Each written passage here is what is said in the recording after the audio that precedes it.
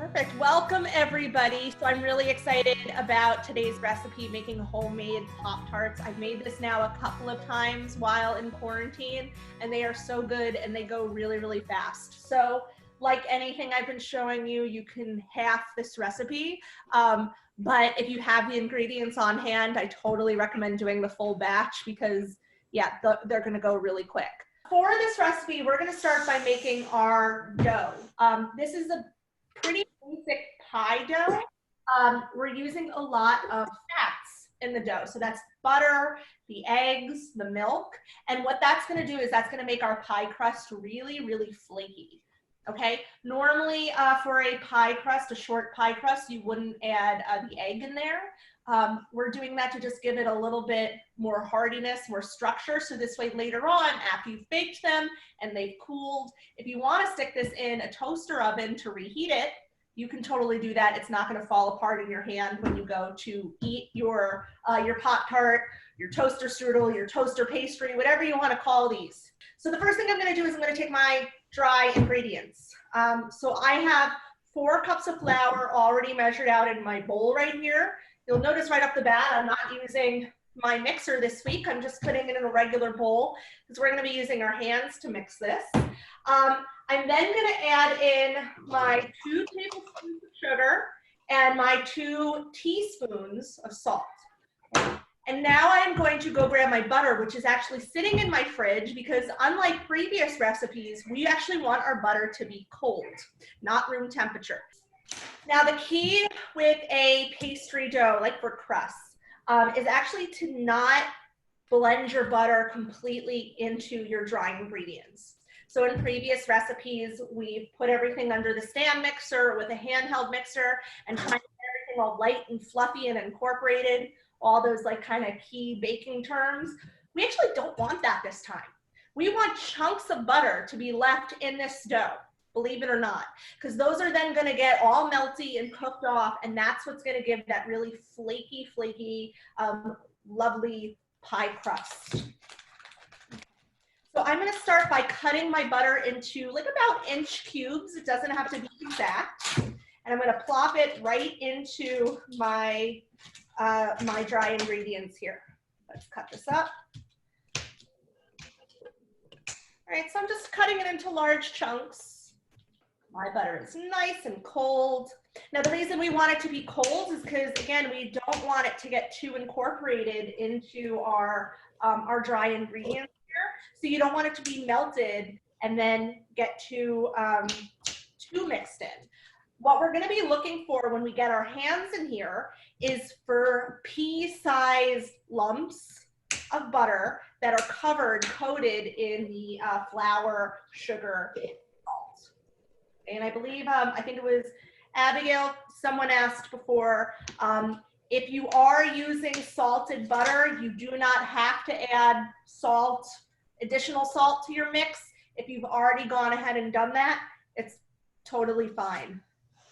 So I'm gonna get my hands right on in there, and what I wanna do is mush up the butter. So I'm just kind of mushing it, and now that's hard to do because it is cold butter, and that's okay, because what we're gonna want is for large pea-sized chunks. So I want you to visualize in your head a pea, all right? Visualize a pea, and you want to mush your butter up into this flour, sugar, salt mixture, so that way the butter is about pea-sized. Now, we didn't measure out exactly the size of each cube of butter. Each piece is not going to be even, and that is okay. Some of them might be bigger than a pea, some of them might be smaller than a pea, and that's okay. It's just sort of a generalization. For the most part, we want to try to get as much of it into like pea-sized sizes as possible. So we're just like kind of mushing it all up, and the dough is not going to come together yet. Okay, so just by adding some cold butter in here is not going to do it. That's what our egg and milk is for in the next step. But first, we're just going to kind of mush up our butter. It's very tactile. It's very, like, I find it very soothing. So like I'll grab, here's a nice big chunk of butter. You guys can see that. So I'm going to take this chunk and just kind of like break it up into smaller pieces and then go over to a next chunk and rub it into my flour, sugar, salt.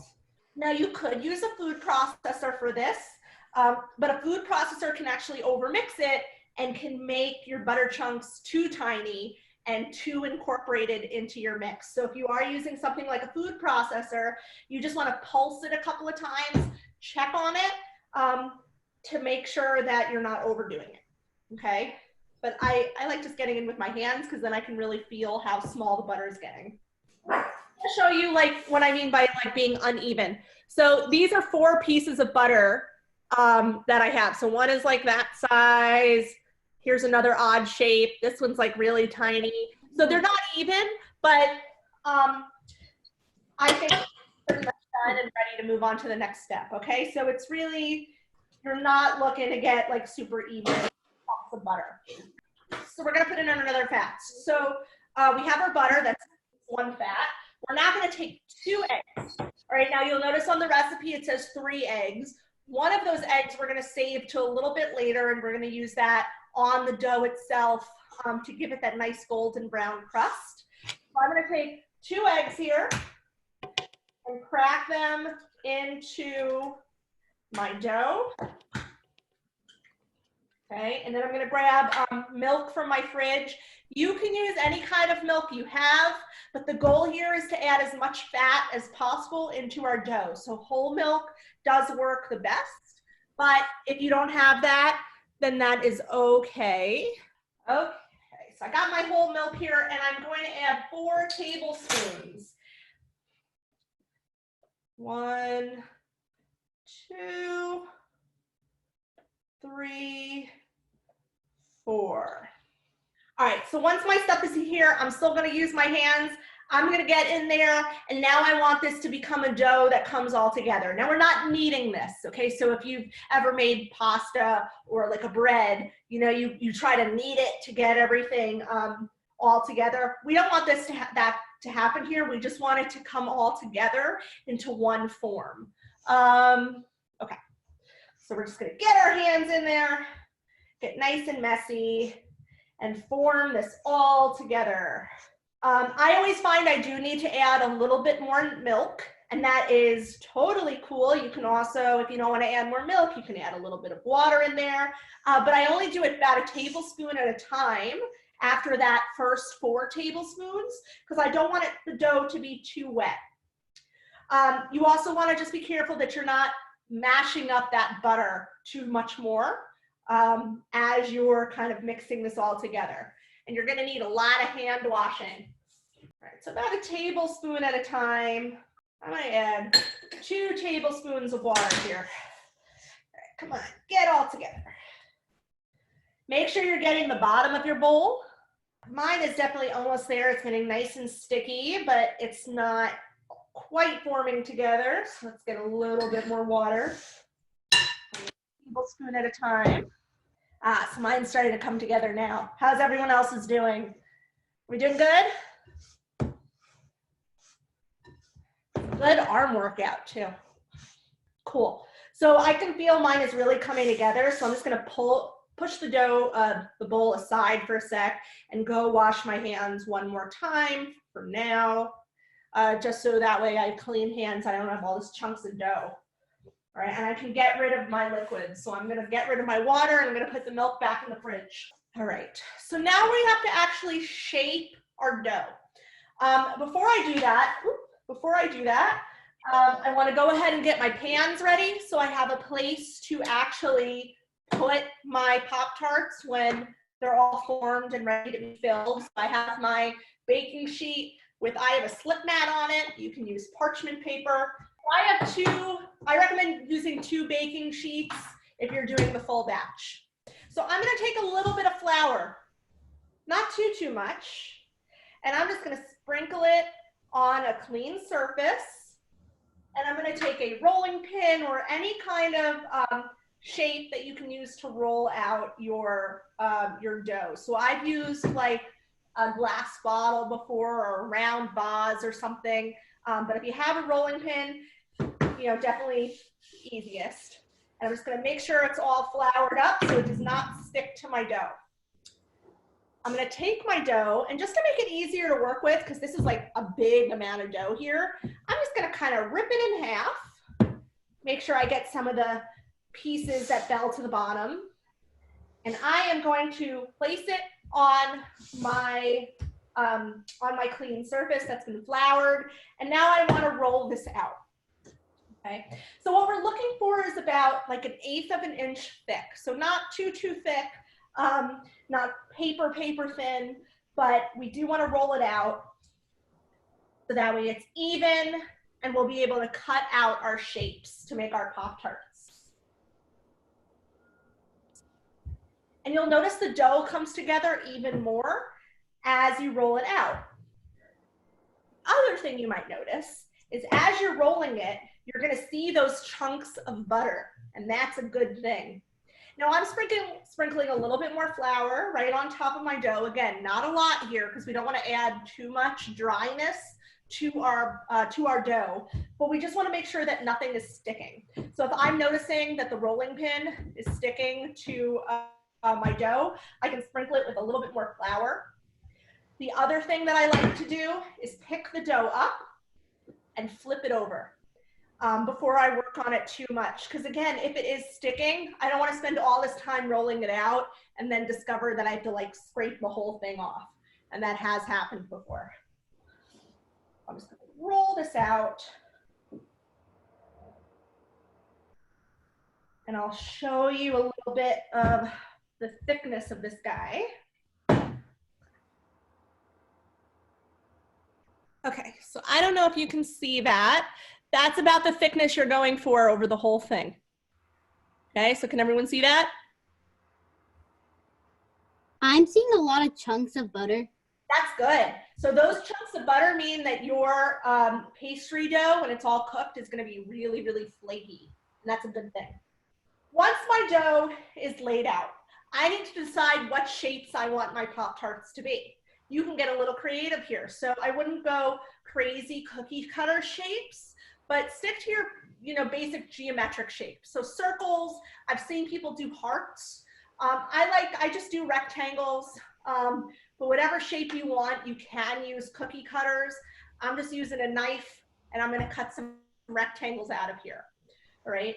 The trick is that you do want them to be even because you want two pieces that you can sandwich together. Sort of like maybe you're making raviolis or something like that.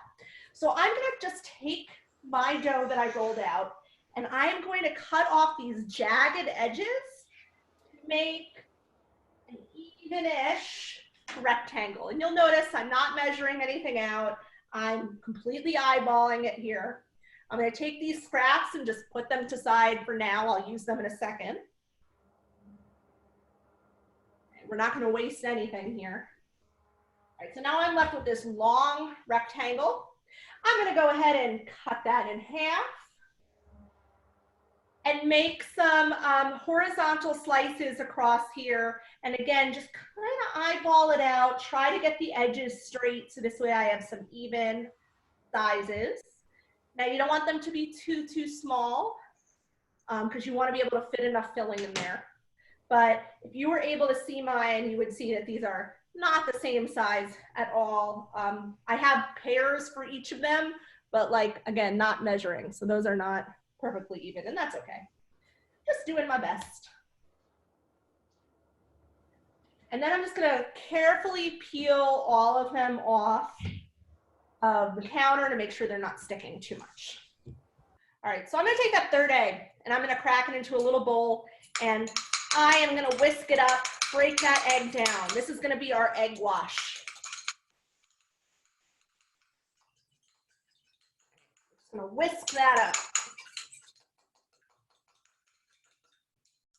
Now I have a pastry brush here. You can use your fingers if you do not have a pastry brush. And what I want to do is one side of my Pop-Tart. So actually what's going to be the inside of my Pop-Tart. So I'm going to say this row right here. We're going to paint it with our egg wash. Okay, the other side will get egg wash in a second, but not quite yet. Now what this does is it's going to be a glue. It's actually going to help the other side of our Pop-Tart stick to this side, okay? So I'm just gonna paint the whole thing. I'm not gonna worry about only painting the edges. I'm just gonna give the whole thing a nice brush of my egg wash here.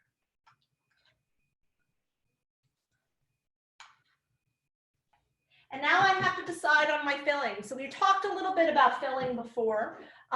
You can put really anything you want in here. It is totally up to you. Okay, so cinnamon sugar mixture if you want it. It's brown sugar, ground cinnamon, and flour all together, and you would sprinkle that into the middle or do like about a tablespoon or so, depending on how big your Pop-Tarts are. You can put some peanut butter and jelly in there, maybe some Nutella. You can just put on straight chocolate chips. I'm using pre-made blueberry jelly. So you can go down, the grocery store in your pantry and see if there's a container of jelly sitting in there that you haven't used in a while. Perfect chance to use it, okay, whatever you want. We're not gonna add anything extra to the jellies. We're gonna use it as is. Now the trick is to add enough to your Pop-Tart so you get that nice bite of filling when you take a bite, but it's not so much that it's gonna overflow. So you wanna find a nice balance. I'm gonna take my tablespoon measure here, but I could have easily used just a regular spoon, and take about half a tablespoon and put it in the center of the Pop-Tart that I brushed with the egg, okay? So I'm just gonna put right in the middle, and I'm gonna do that for all of my Pop-Tarts here. Now I have one Pop-Tart that's a little bit tinier than the others, so I'm gonna kind of manipulate the filling so it spreads out a little bit, because if it was just all in the center, it would definitely spill out. Put this one on. Okay. All right. So I got a little blob of the jelly, the jam, in the middle of each one. And if you're falling a little bit behind, don't worry, because I'm not done. We're going to be doing this again until all the dough's used up, so you'll be able to catch up. I'm going to take the partner for each of these Pop-Tart halves, and I'm going to put it right on top of the Pop-Tart.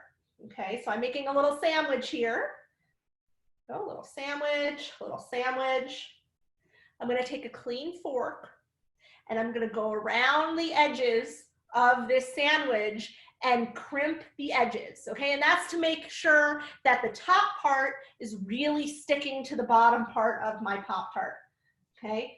So I'm gonna push it down, and you'll notice it actually does look like a pie. So if you ever made a handmade pie, you go around the edges of the pie and make a pretty pattern. That's exactly what we're doing here.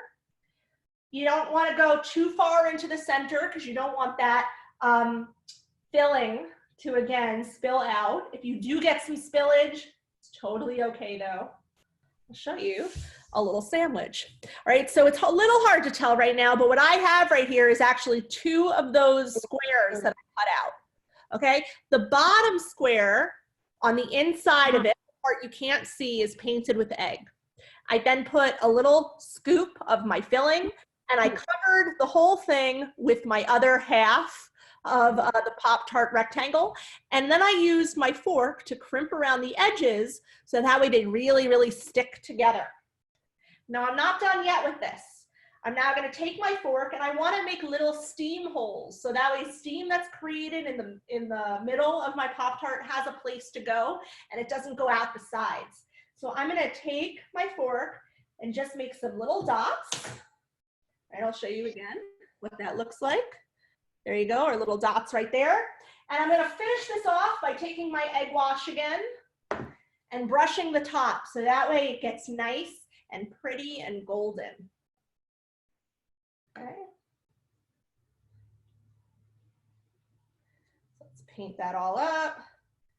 Okay, so there's one Pop-Tart done. I'm gonna put it on my baking sheet, and let's go and do another one, okay? So I have my sandwiches all together. I'm gonna take my fork, and I'm gonna go around and crimp the edges.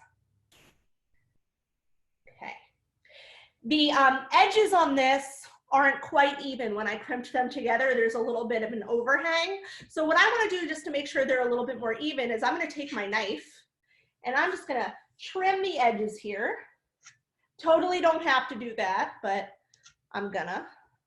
You don't really have to worry about these being too close together. You don't want them to be like on top of each other on your pan, but they're not going to spread. So here's some extra pie crust. This is all I have left. I know I can't really roll that out into a separate Pop-Tart. So I'm going to use these for those extra pie crust snacks. I'm just going to cut them a little bit smaller. Doesn't matter what size or shape they are. I can just rip them up and throw them back in the bowl that I had them in originally. Just kind of ripping them up into tinier pieces.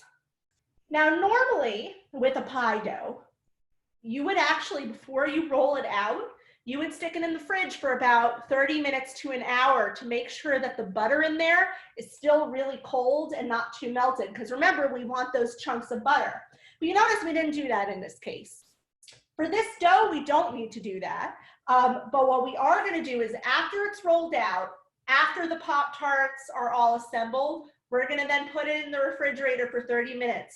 After 30 minutes, you're going to preheat your oven to 350 degrees, and you're going to be cooking these for about 20 to 25 minutes. You want them to be nice and golden brown.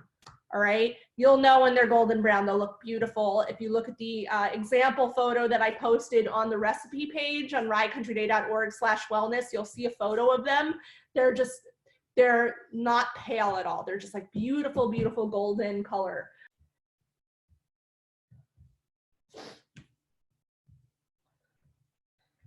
So these are, again, just the kind of like excess pie dough. Now, if you're ever making like a regular pie, like a fruit pie, and you cut off the crust on the side to make it pretty and you have this extra pie dough, you can use this same recipe, okay?